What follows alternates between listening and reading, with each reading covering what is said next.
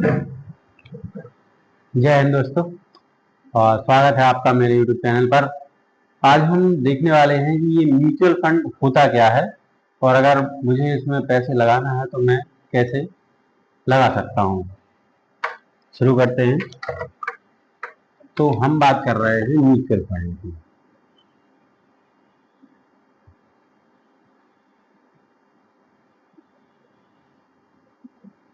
तो आप सभी ने शेयर बाजार का नाम सुना होगा, पर शेयर बाजार के साथ एक चीज और सुनी होगी कि ये बहुत रिस्की होता है, इसमें पैसा डूब जाता है। तो ये कुछ हद तक सत्य है कि अगर आप शेयर बाजार में पैसा लगाते हैं तो वो डूबने की संभावना उसकी ज्यादा है, आपको प्रॉफिट कम हो सकता है। लेकिन शेयर बाजार का ही एक रूप है म्यूचुअल फंड, जिसमें हम क्या करते हैं, अब एक कंपनी जो मैं हर बार इसी का नाम दूंगा ताकि आप सबको याद हो जाए, Parag Parikh, small cap mutual fund. ठीक है, ये जो म्यूचुअल फंड है ये मेरा फेवरेट, और इस पे भी आप सर्च करके देख सकते हैं। तो ये लोग क्या करते हैं, शेयर बाजार में है कंपनी, जैसे एक होता है एनएसई, एक होता है बीएसई। ये दोनों ही, जैसे ये है national stock exchange, national stock exchange, ये है बॉम्बे स्टॉक एक्सचेंज।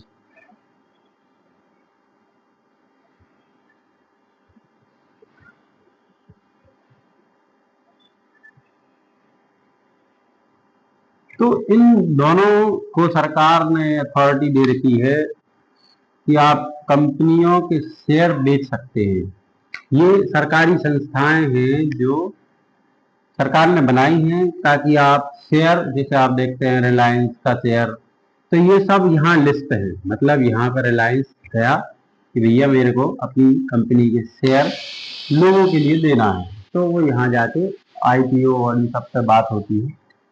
तो इस पर हम नहीं जाएंगे, हम सिर्फ क्या देख रहे हैं कि म्यूचुअल फंड क्या चीज है।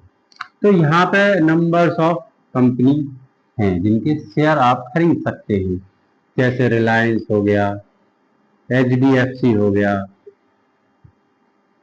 बजाज हो गया,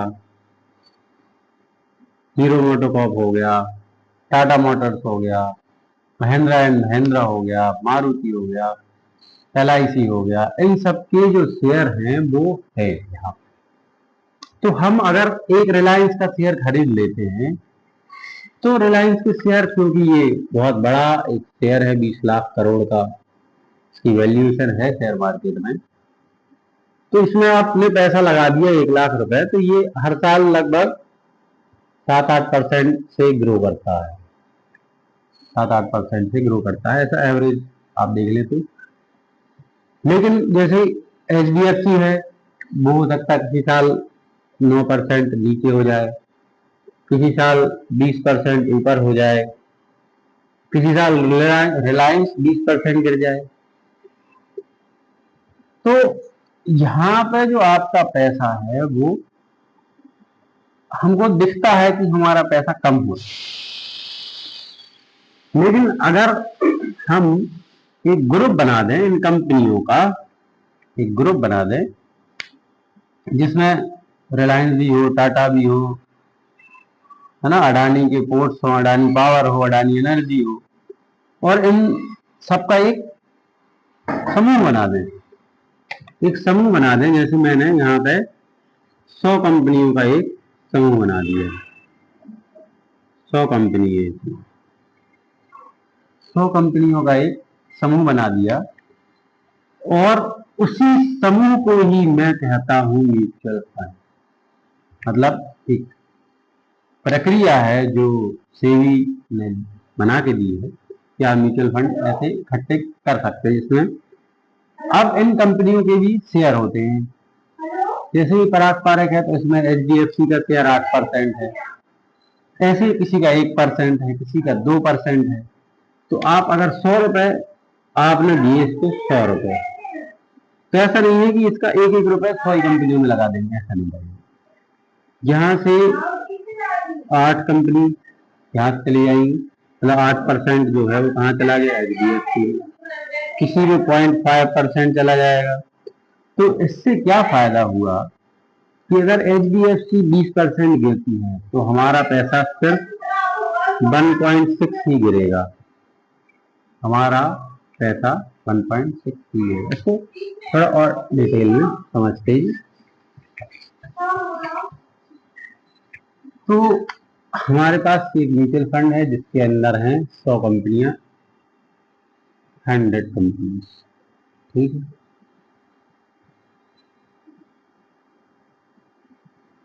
100 कंपनियां, मैं इसको देता हूँ 1000 रुपये, थोड़ा कैलकुलेशन अच्छा हो जाएगा।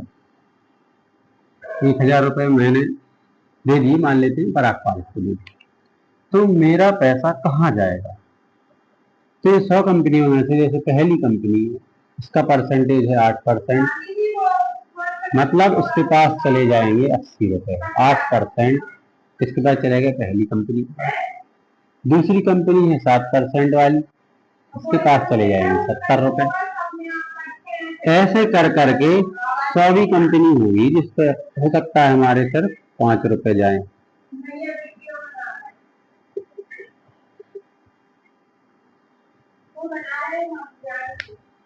तो इस तरीके से हमारे पास जो पैसा है वो ऐसे डिस्ट्रीब्यूट हो जाता है।